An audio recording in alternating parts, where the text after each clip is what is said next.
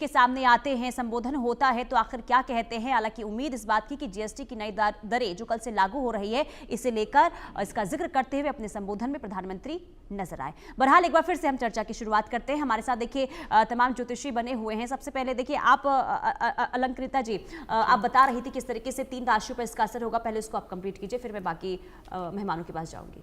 जी, सभी राशियों पे ग्रहण का असर तो डेफिनेटली देखने को मिलेगा ही। तो हम शुरुआत करते हैं हमारी सबसे पहली राशि जो है मेष यानी कि एरीज। देखिए, एरीज को थोड़ा सा अपनी सेहत को लेके संभल के चलने की ज़रूरत है। थोड़ा सा मानसिक तनाव जो है वो महसूस कर सकते हैं। कोई भी निर्णय लेने से पहले आप अपने गुरुजनों और माता पिता की सलाह ज़रूर लीजिएगा।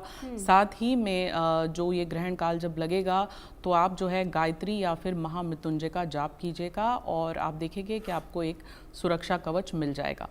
बात करते हैं अब वृषभ यानी कि वृष राशि यानी कि टॉरियंस की। जी, टॉरियंस के लिए थोड़ा सा समय जो है वो ठीक रहेगा।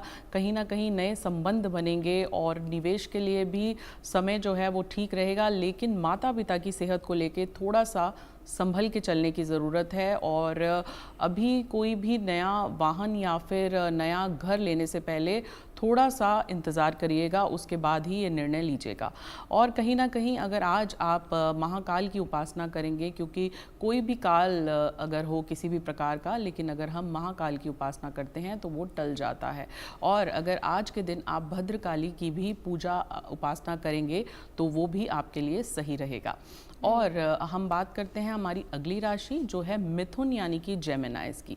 अब मिथुन राशि के बात करें तो कहीं ना कहीं आपके भाई बहनों के संबंध जो हैं वो थोड़े से बिगड़ सकते हैं और आपके घर परिवार में भी आपको जो है थोड़ा सा तनाव महसूस हो सकता है। अपनी वाणी पे जो है वो संयम रखिएगा। कुछ भी बोलने से पहले 2 बार सोचिएगा। और कहीं ना कहीं आपको बिजनेस में आप देखेंगे कुछ अपॉर्चुनिटी मिलेंगी और आपका जो करियर है उसमें थोड़ा सा बदलाव अवश्य आता नज़र आ रहा है।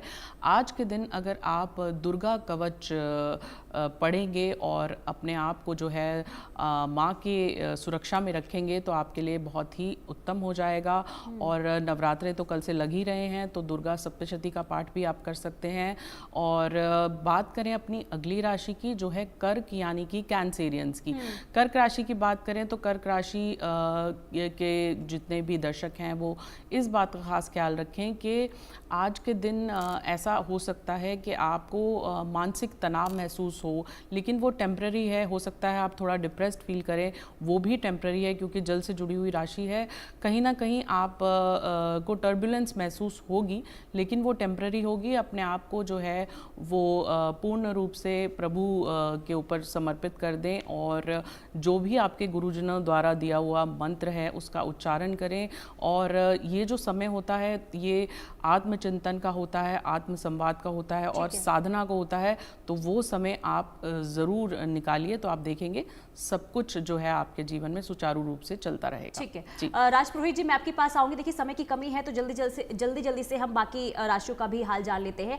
अब हम बात कर लेते हैं तुला, कन्या और वृश्चिक राशि की और साथ ही साथ सिंह राशि की। ये राशि, इन राशियों पर किस तरीके सूर्य ग्रहण का असर होगा। और एक सवाल और मैं जोड़ना चाहूंगी, जिनके कुंडली में सूर्य कमजोर है उन्हें आखिर क्या करना चाहिए। सूर्य अगर कुंडली के नीच स्थिति में हो, अगर सूर्य मान लो अस्त स्थिति में हो या फिर आपके पीछे कोई ऐसा मजबूत जो है व्यक्ति ना हो या पिता का स्वरूप ना हो, तो ऐसी परिस्थिति में ग्रहण का दोष कहीं ना कहीं देखने को अधिक मिलेगा और खासकर नुकसान भी होगा। उसमें बात कर लेते हैं जैसे सिंह राशि की, तो विवादों से बचना होगा, वाणी पर संयम रखें। कन्या राशि की बात करें तो प्रॉपर्टी या वाहन अगर लेना चाहते हैं तो अभी नवरात्र के अंतिम समय तक उसको टालने का प्रयास करें। और कोई भी नई प्रॉपर्टी बनाने से पहले अगर उस पर नया घर आप बनाना चाह रहे हैं तो उसे भी रोकने का प्रयास करें। कन्या के साथ साथ तुला की बात करें तो पारिवारिक कलह और शारीरिक स्वास्थ्य, इन पर भी आपको ध्यान देना होगा। वृश्चिक राशि से ढैया हटी है, चंद्रमा अभी क्षीण स्थिति में क्योंकि ग्रहण भी था। दूसरा ये भी है कि सूर्य पर ग्रहण होने के साथ साथ अगर देखा जाए तो कर्ज, आय और व्यय, यानी इन दोनों परिस्थितियों पर आपको ज़्यादा ध्यान देने की ज़रूरत है।